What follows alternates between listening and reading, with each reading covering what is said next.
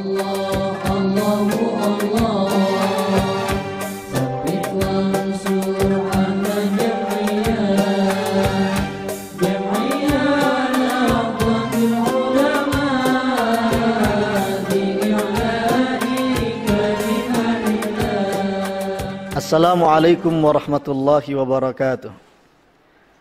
Alhamdulillahi rabbil alamin. Wassalatu wassalamu ala habibina wa syafi'ina wa qurrati a'yunina Sayyidina Muhammadin wa ala alihi wa ashabihi ajma'in wa ba'd. Para pemirsa TV Ahlus Sunnah wal Jamaah yang dimuliakan oleh Allah, masalah bid'ah ini adalah sesuatu yang sering diperbincangkan, bahkan kemudian tidak sedikit yang mengarah kepada perdebatan di antara umat Islam.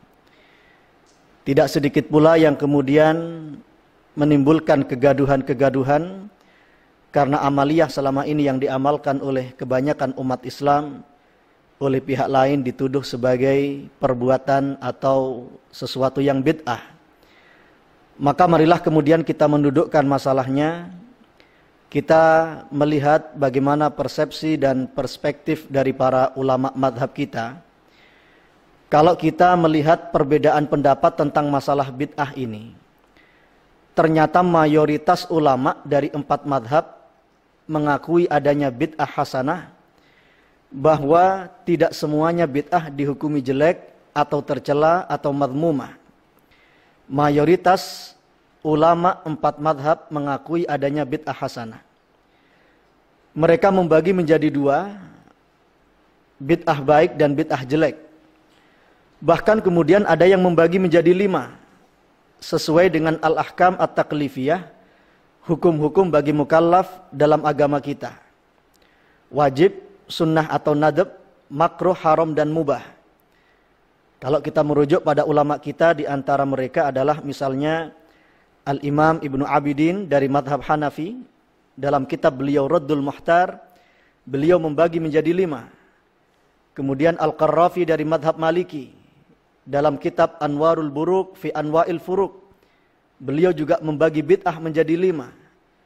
Bahkan kemudian juga dari madhab lain, As-Safaraini dari madhab Hambali dalam kitab Lawami'ul Anwar Al-Bahiyah, juga sedemikian rupa.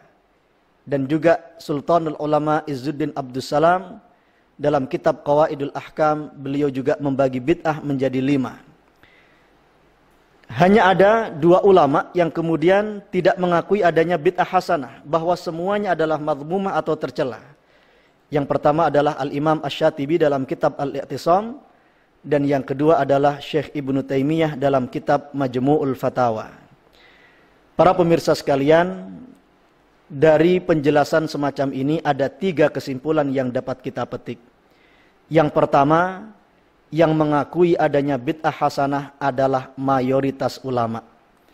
Dengan demikian, kita yang mengatakan adanya bid'ah hasanah, jangan takut dan jangan khawatir, karena kita menjadi representasi mayoritas ulama yang sekali lagi mereka mengakui adanya bid'ah hasanah.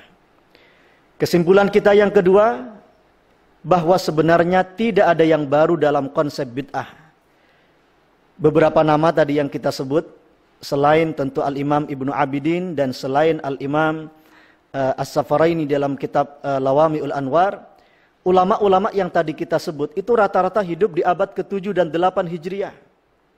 Termasuk yang kontra bid'ah hasanah. Syekh Ibnu Taimiyah itu hidup di abad ke-8 Hijriah. Al-Imam Asy-Syatibi hidup di abad ke-8 Hijriah. Dan sekarang kita hidup di abad ke-15 Hijriah, artinya perdebatan tentang masalah bid'ah tidak bid'ah itu sudah 700 tahun lamanya terjadi.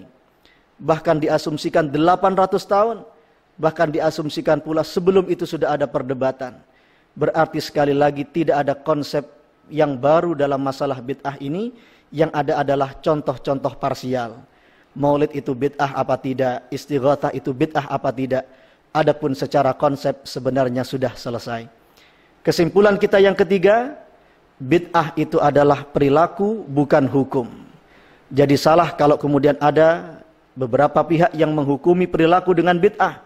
Ini hukumnya bid'ah. Karena sekali lagi hukum dalam agama kita cuma ada 5, dan sekali lagi bid'ah itu adalah perilaku. Kita perhatikan ulama ketika mendefinisikan bid'ah sering diawali dengan kata fi'lu ma lam yu'had, diawali dengan fi'lu, diawali dengan ma'umila.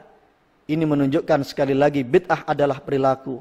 Selagi bid'ah itu adalah perilaku, maka bisa dihukumi, dan hukum dalam agama kita ada 5. Makanya kemudian sebagian ulama ada yang membagi bid'ah menjadi 5 berdasarkan al-ahkam at-taklifiyah yang ada dalam agama kita. Demikian penjelasan kita, semoga menjadi ilmu yang berbarakah, bermanfaat. Wallahul musta'an wa alaihi tuklan. Wassalamualaikum warahmatullahi wabarakatuh.